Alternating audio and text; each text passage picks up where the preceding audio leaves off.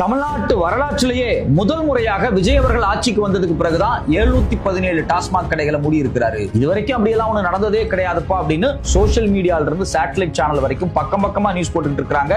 தொடர்ச்சியா செய்தி வெளியிட்டு இருக்காங்க. இந்த டாஸ்மாக் குறித்தான உத்தரவும் இந்த செய்தியும் பரப்பப்படுறதுக்கு 48 மணி நேரத்துக்கு முன்னாடி மாரிதாஸ் அப்படிங்கக்கூடிய யூடியூபர் ஒரு செய்தியை வெளியிட்டு இருக்கிறார். ஒட்டுமொத்தமாக தமிழ்நாட்டில் இருக்கக்கூடிய டாஸ்மாக்கினுடைய லிக்கர் டிஸ்ட்ரிபியூஷன், அதாவது ஒரு மாசத்துக்கு எந்த விதமான உழைப்புமே இல்லாம 1000 கோடி கமிஷன் வாங்கக்கூடிய இந்த லிக்கர் டிஸ்ட்ரிபியூஷன் கான்ட்ராக்ட ஆதவர்ஜுனாவினுடைய மாமனாரான மார்டின் குரூப்புக்கு கொடுக்க போகிறதாக ஒரு செய்தி வந்திருக்கு அப்படின்னு சொல்லி அந்த செய்தியை வெளியிட்டு இருக்கிறார். இந்த ரெண்டு செய்தியும் பொருத்தி பார்த்தா நமக்கு மிகப்பெரிய அதிர்ச்சியாக இருக்கிறது. உண்மையிலேயே திரு விஜய் அவர்கள் வந்ததுக்கு பிறகுதான் 717 கடைகள் மூடப்படுகிறதா? அப்படி உண்மையிலேயே மூடப்படுகிறதாக இருந்தால் எந்தெந்த ஊர்ல எந்தெந்த பகுதியில் இருக்கக்கூடிய கடையை மூட போறீங்க?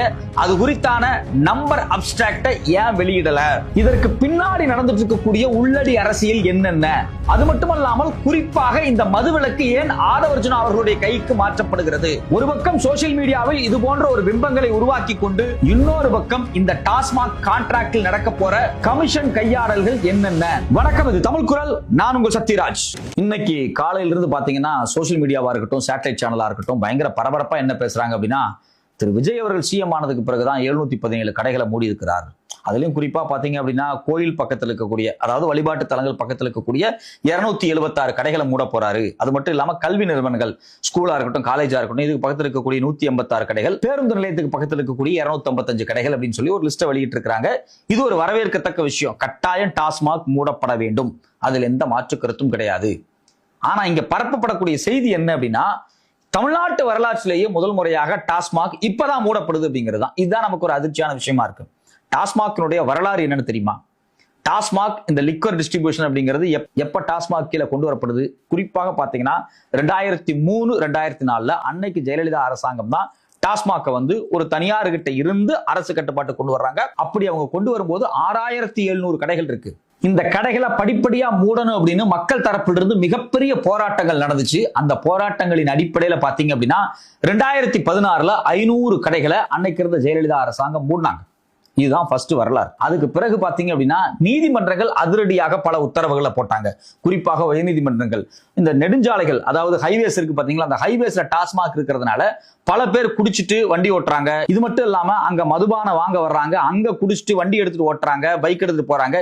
இது பல விபத்துக்களை உருவாக்குது, பொதுமக்களுக்கு வந்து மிக மோசமான பாதிப்புகள் ஏற்படுதுன்னு இதெல்லாம் உடனே எடுக்கணும்னு நீதிமன்றம் உத்தரவிட்டாங்க. அதன் அடிப்படையில கிட்டத்தட்ட பாத்தீங்கன்னா 6300 கடையில இருந்த டாஸ்மாக்க 2830 கடையாக குறைத்தார்கள். சோ அப்ப ஏற்கனவே இதுக்கு முன்னாடியே டாஸ்மாக் கடைகளை நீக்கின வரலாறுகளும் உண்டு. அதுல குறிப்பா இன்னொரு ட்விஸ்ட் என்ன காத்திருக்கு அப்படின்னா, எடப்பாடி அவர்கள் முதலமைச்சரா வந்ததுக்கு பிறகு இந்த 2830 கடையில் இருந்து, அதாவது நீதிமன்றம் குறைக்க சொன்னாங்க பாத்தீங்களா, அதுக்கு பிறகு ஹைவேஸ்ல இருந்த கடையை எடுத்துட்டு ஊருக்குள்ள நிறைய கடைகளை உருவாக்குனது இந்த எடப்பாடி காலகட்டத்தில்.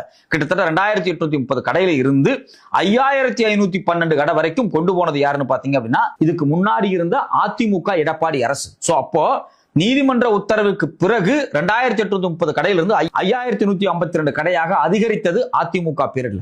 அதுக்கு பிறகு என்ன நடக்குது அப்படின்னா, 2021 திமுக அரசாங்கம் ஆட்சி அதிகாரத்துக்கு வந்த உடனேயே முதல்ல ஒரு 95 கடையை வந்து நீக்கிறாங்க.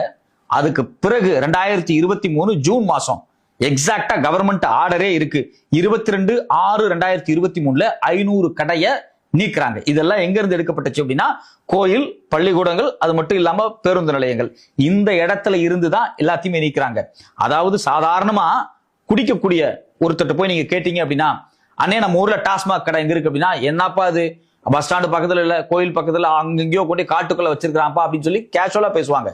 ஏன்னா ஒருத்தன் டாஸ்மாக் கடையில போய் மது வாங்கணும் அப்படின்னா ரொம்ப தூரம் போய் தான் வாங்க வேண்டிய நிலைமை ஏற்கனவே தமிழ்நாட்டில் இருக்கு.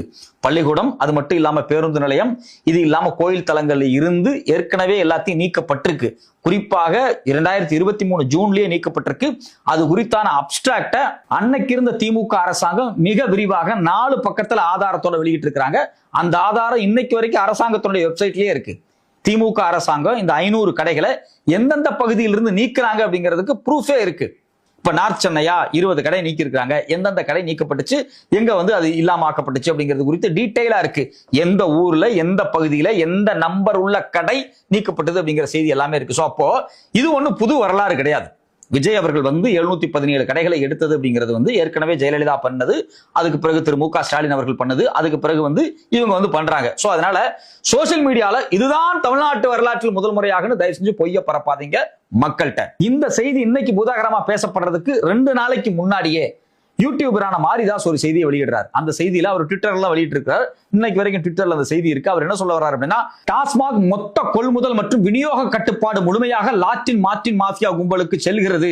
இன்று இரவு முதல் இதன் மூலமாக ஒரு பெட்டிக்கு 1000 ரூபாய் கமிஷன் வீதம் சுமார் மாதம் 1000 கோடிக்கு மேல் மதுபான உற்பத்தியாளர்களிடம் மற்றும் வெளிநாட்டு மதுபான விற்றை கட்டுப்படுத்தும் அதிகாரம் இவர்களை சென்று சேர்கிறது. இந்த செய்தியை இவர் 2 நாளைக்கு முன்னாடியே அவர் வெளியிடுறார். சோ அப்போ இந்த மதுவிலக்கு அப்படிங்கிறது ஆதவர்ஜுனா கட்டுப்பாட்டுக்கு போக போகுது. அவர் தான் அதுக்கு மினிஸ்டரா மாறுறாரு. ஆதவர்ஜுனாவினுடைய மாமனாரான திரு மார்டின் குரூப் அவர்களுக்கு இந்த டிஸ்ட்ரிபியூஷன் கொடுக்க போறதாக இந்த செய்தியை இந்த நபர் வெளியிட்டிருக்கிறார். இதனுடைய உண்மைத்தன்மை என்ன? இப்ப நமக்கு புது அரசாங்கம் வந்திருக்கு. ஏற்கனவே இருந்த அரசாங்கத்தின் மீது என்ன பலி இருந்துச்சு? இவங்க தான் வந்து மதுபானத்தை உற்பத்தி பண்றாங்க. சாராய ஆலைகள் எல்லாமே திமுக காரங்கள்ட்ட தான் இருக்கு, அதிமுக காரங்கள்ட்ட தான் இருக்கு. அதனாலதான் நமக்கு டாஸ்மாக் ஒழிக்க மாட்டேங்கிறாங்க, டாஸ்மாக் மூட மாட்டேங்கிறாங்க. தமிழ்நாட்டில் இருக்கக்கூடிய தமிழர்கள் லட்சக்கணக்கான பேர், கோடிக்கணக்கான பேர் குடிச்சு குடும்பத்தை இழந்து, உடம்பை இழந்து, வாழ்க்கை இழந்து, பணத்தை இழந்து எல்லாரும் நடுத்தருவுக்கு வர்றாங்க. இதுக்கு முழுக்க முழுக்க காரணம் சாராய ஃபேக்டரி இவங்கள்ட்ட இருக்கிறதா அப்படின்னு சொன்னாங்க இல்லையா? இப்ப நம்ம கேட்கக்கூடிய கேள்வி என்ன அப்படின்னா, புது அரசாங்கம் விஜய் அரசாங்கம் அவர்கள் டாஸ்மாக் மூடுறீங்களா? ஏன் நீங்க நேரடியா இன்று முதல் டாஸ்மாக் மூடப்படுகிறது அப்படின்னு சொல்லாம டாஸ்மாக் இருக்கக்கூடிய 500 கடையை மூடுறேன், 300 கடையை மூடுறேன் அப்படிங்கிறீங்க? 500 கடை ஏற்கனவே திமுக அரசு மூடி இருக்கு. இதுக்கு முன்னாடி அதிமுக அரசாங்கம் மூடி இருக்கிறாங்க. நீதிமன்றமே உத்தரவெல்லாம் கொடுத்திருக்கு. பல செய்திகள், பல நடவடிக்கைகள் தொடர்ச்சியாக வெளிவந்திருக்கு. இதுல இன்னொரு சந்தேகம் என்ன அப்படின்னா, நீங்க மூடுறேன்னு சொன்ன 717 கடையினுடைய டீடைல்ஸ் இன்னும் வரல, அது வேற கதை. இந்த செய்தி உண்மையா இல்லையா? இந்த செய்தி ஒரு பெரிய சந்தேகத்தை ஏற்படுத்தி இருக்கிறது. உண்மையிலேயே தமிழ்நாடு அரசுக்கு இப்ப என்ன பொறுப்பு இருக்கு அப்படின்னா, உங்களை நம்பி ஓட்டு போட்ட அந்த 1.25 கோடி மக்களுக்கு நீங்கள் உண்மையை பேசணும். நீங்க இந்த டாஸ்மாக் கான்ட்ராக்ட, டிஸ்ட்ரிபியூஷன் கான்ட்ராக்டை யார்கிட்ட கொடுத்திருக்கீங்க?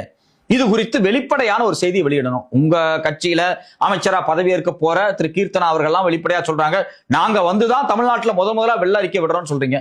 2021 திரு பிடிஆர் பழனிவேல் தியாகராஜன் வெள்ளை அறிக்கை விட்டிருக்கிறார். அதுக்கு முன்னாடி ஜெயலலிதா அவர்கள் வெள்ளை அறிக்கை விட்டிருக்காங்க. தொடர்ச்சியா தமிழ்நாட்டுல பல அரசாங்கங்கள் துவங்குறதுக்கு முன்னாடி வெள்ளை அறிக்கை விட்டிருக்காங்க.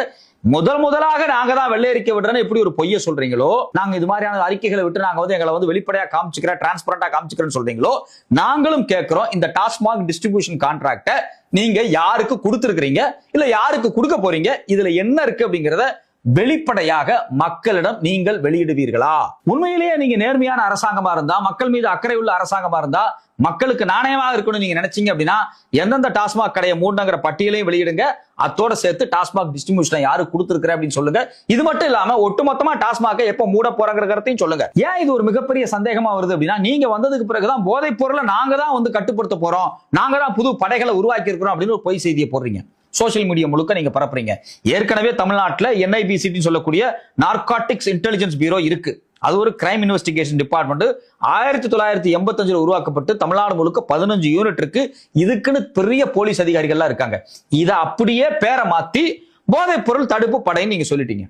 இதே மாதிரி சிங்கப்பெண் திட்டமும் தமிழ்நாட்டிலே இவங்க வந்ததுக்கு பிறகுதான் மகளிர் காவல் நிலையங்களை உருவாக்க போற மாதிரியான ஒரு பெரிய ப்ரொஜெக்ஷன் உருவாக்குறாங்க.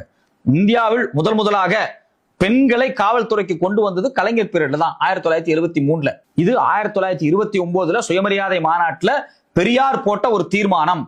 பெண்கள் கிராப் வெட்டிக்கணும், பெண்கள் காவலர்களா வரணும், அதாவது யூனிஃபார்ம் சர்வீஸுக்குள்ள வரணும் அப்படின்னு தீர்மானம் போட்டவர் பெரியார், நடைமுறைப்படுத்தியவர் கலைஞர். அதற்கு பிறகு என்ன நடந்துச்சு அப்படின்னா, திரு ஜெயலலிதா அம்மையார் வந்ததுக்கு பிறகு அனைத்து மகளிர் காவல் நிலையத்தை உருவாக்கினார்கள். குறிப்பாக இந்த திமுக அரசு இதுக்கு முன்னாடி இருந்தாங்க இல்லையா, வந்தப்ப அவங்க தான் வந்து பாத்தீங்க அப்படின்னா பிங்க் போலீஸ் படைகளை வந்து அவங்க உருவாக்குனாங்க. நீங்களே பார்த்திருப்பீங்க, சென்னை மாதிரியான பெருநகரங்கள்ல பிங்க் கலர்ல ஒரு இனோவால பெண் போலீஸ் பெண்களுடைய பாதுகாப்புக்காக ரோந்து போயிட்டே இருப்பாங்க.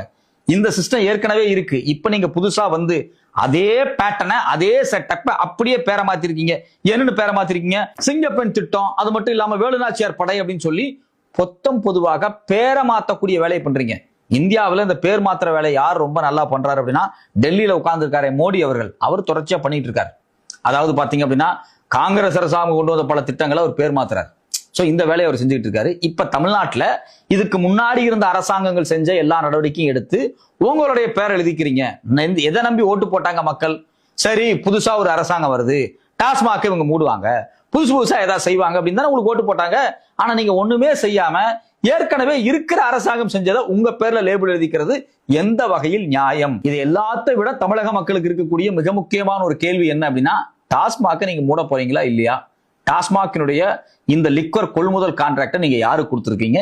இது குறித்து வெளிப்படையான செய்தியை நீங்க வெளியிட வேண்டும். பொறுத்திருந்து பார்ப்போம் தமிழ்நாடு அரசாங்கம் இது குறித்து ஏதாவது செய்தியை வெளியிடுதா அப்படின்னு.